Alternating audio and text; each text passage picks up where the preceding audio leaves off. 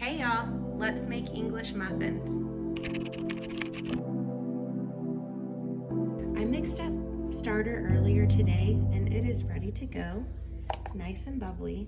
So we are gonna mix up some English muffins before I go to bed so that this can bulk ferment overnight and be ready for us to fix in the morning.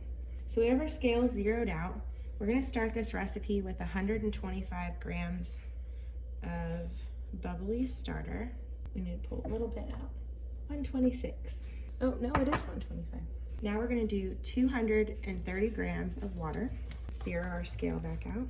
We're gonna do 5 grams of salt. We're gonna give this a mix. You can see how floaty our starter is. That means it's ready to go. We're gonna zero our scale back out, and now we're going to add 20 grams of honey. Give that a mix. Lastly, we're gonna do 350 grams of unbleached flour. We're gonna mix this up. This is all nice and mixed together.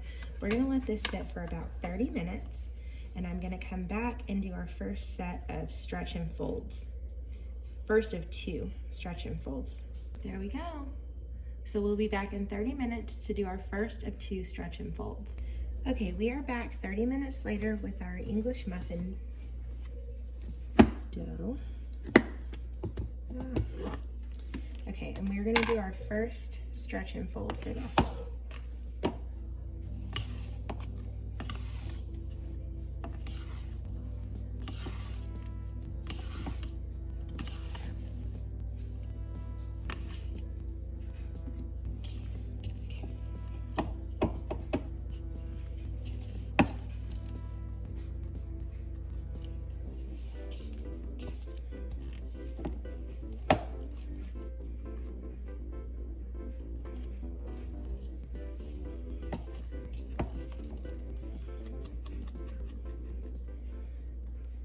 Okay, let's put our lid back on. We're gonna come back in 30 more minutes to do our second one. Okay. We are back 30 minutes after our first stretch and fold for our English muffins. They're looking like this.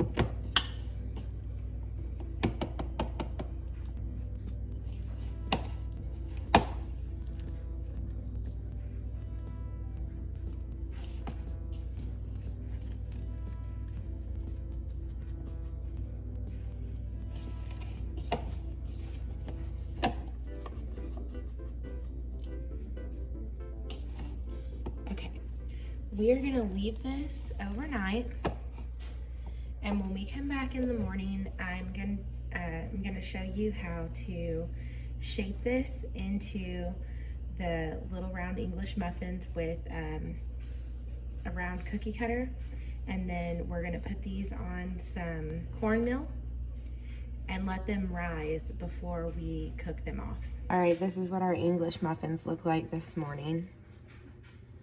So we're gonna get those taken care of. Next, we're gonna take our English muffin and we're gonna get this spread out on the counter. Actually, I'm gonna put a little flour down. Our next step is gonna be to take our dough that's fermented overnight.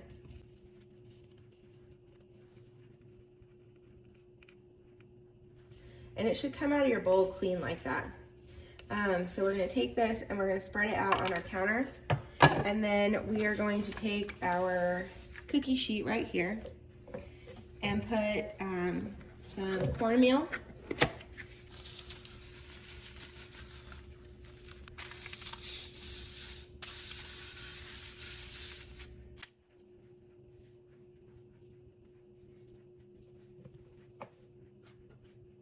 Okay, we're gonna spread these out to about a 1/2 inch thick.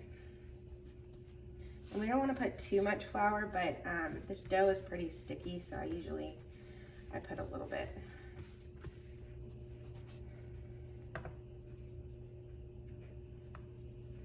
We're gonna cut our muffin. We're gonna flip it like that.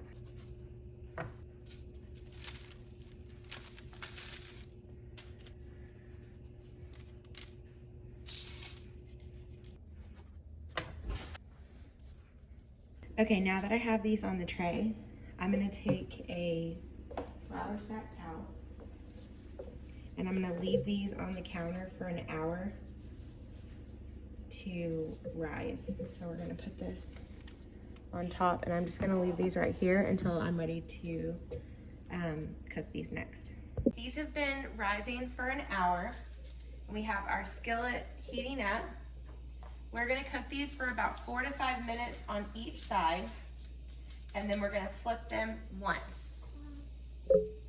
We're gonna have this on medium-high heat. Okay, now these have been cooking for 4 minutes, and they're ready to be flipped for the first time. I did turn the heat down just a little bit, and now these are gonna go for 4 more minutes. They're done, and we're ready to pull these out. They've been on for a total of 8 minutes. We're gonna put these on a cooling rack. And you do wanna let these cool all the way, so at least an hour before you put them into a storage container. And these will stay good to toast for about 3 or 4 days before they're not great anymore. So let's go ahead and get our second batch put in. Okay, we're just at our last flip. These are gonna cook for 4 more minutes, and then they are gonna be ready to go. Something important to remember is you do not oil your cooking surface. So you can do this in a skillet of any kind. I usually do the cast iron.